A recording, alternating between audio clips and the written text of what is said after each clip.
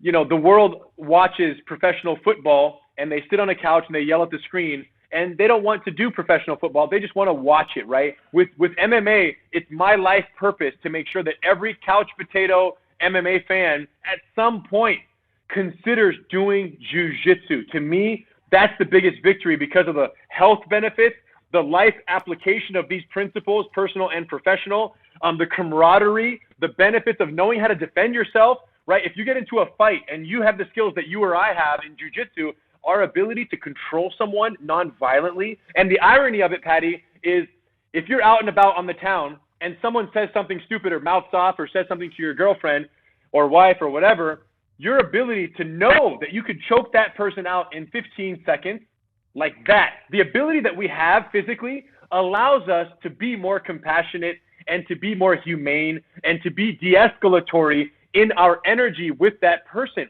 So when someone is being aggressive, our ability to go in there and de-escalate is actually higher because of our skills and our physical capabilities in jiu-jitsu. So a lot of times people will tell me, Henner, I'm a lover, not a fighter. I don't want to learn jiu-jitsu because I'm not a fighter. I don't want to hurt anybody.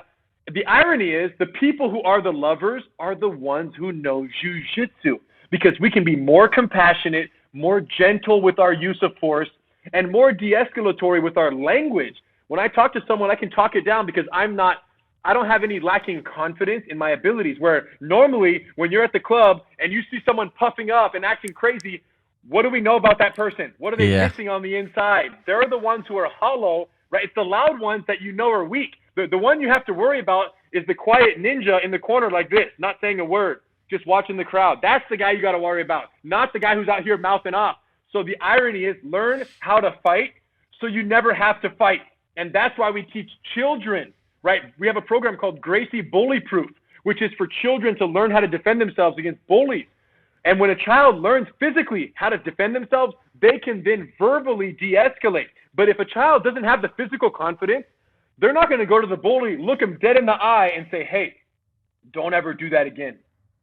How can they do that if they're hollow, if there's nothing inside of them? They have to have the physical confidence, and then they can have the verbal and the de-escalatory confidence that we need to put an end to bullying.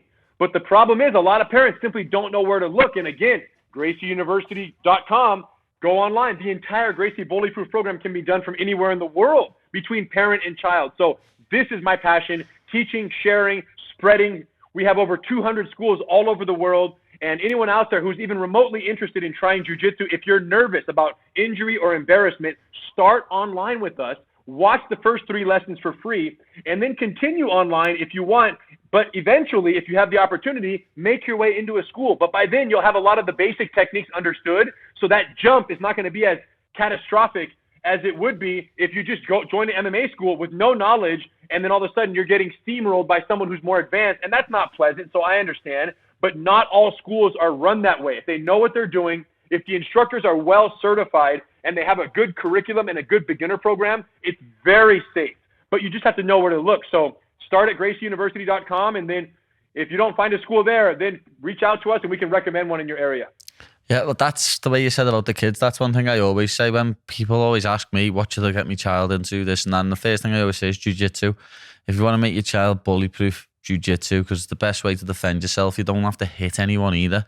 Like literally, it's controls. You just use your grip and control people. And once your child's confidence in that, as you say, they'd never bully anyone either, because they know they can do that to someone anyway. They know they'd be able to tie people up, so they wouldn't become a bully in the first place, and we wouldn't have to get kids to be bully-proof then.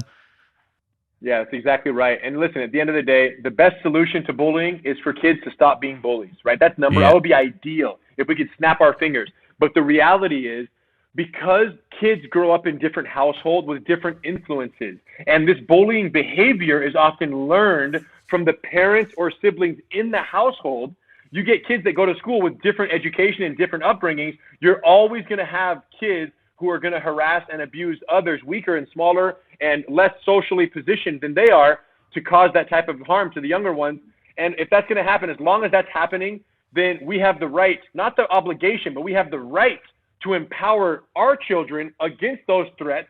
And to start with jiu-jitsu is absolutely the best way, because of its nonviolence and because of the true profound confidence that it provides the students that then allows them to go stand up for themselves or their friends, right? That's the other beauty, is you create little superheroes in society. If a kid has jiu-jitsu and has the right kind of code of conduct and character, they can go out there and not just protect themselves, but they can protect other kids who aren't blessed with the same skill set.